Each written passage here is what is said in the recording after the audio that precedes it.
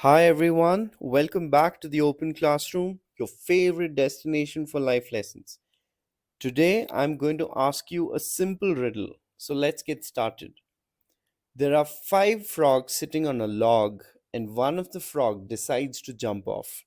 How many frogs are now left in the log? Did you say four? If so, you're not alone. Of all the people I've asked, more than 95% of them have said four. However, when you take a second look, you will probably realize that the correct answer is actually 5. Yes, all 5 are still sitting on the log. One frog had only decided to jump but hasn't jumped yet. This simple riddle revolves around the word decide. Deciding to do something versus doing something are two completely different things. It's a major problem that almost all of us face throughout our lives. Life is not a spectator sport, it's indeed a contact sport. Sadly, there are no practice sessions, and you've been in the game from day one. As cliche as it seems, the journey starts with a single step, but not merely by thinking about taking that step. We decide on so many things in life that never come to fruition. We have had good intentions, the best laid plans, and proper motivation as well.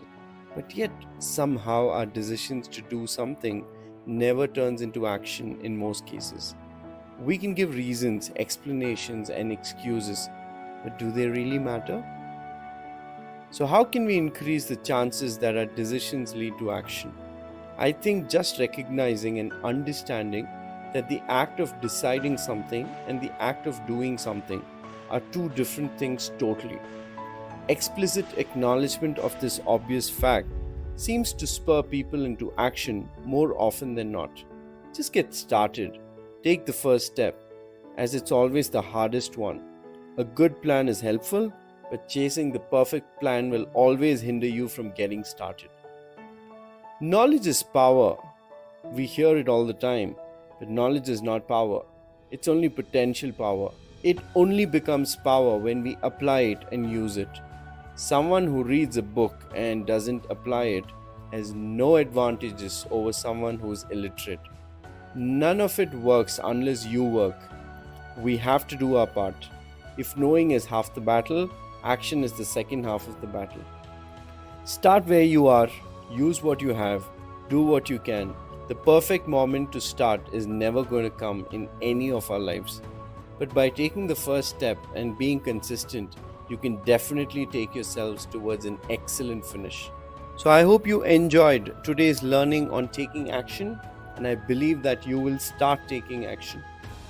If you enjoyed this story, please share it with your friends and family and spread some love. I will meet you again in the next session. Till then, take care. Cheers.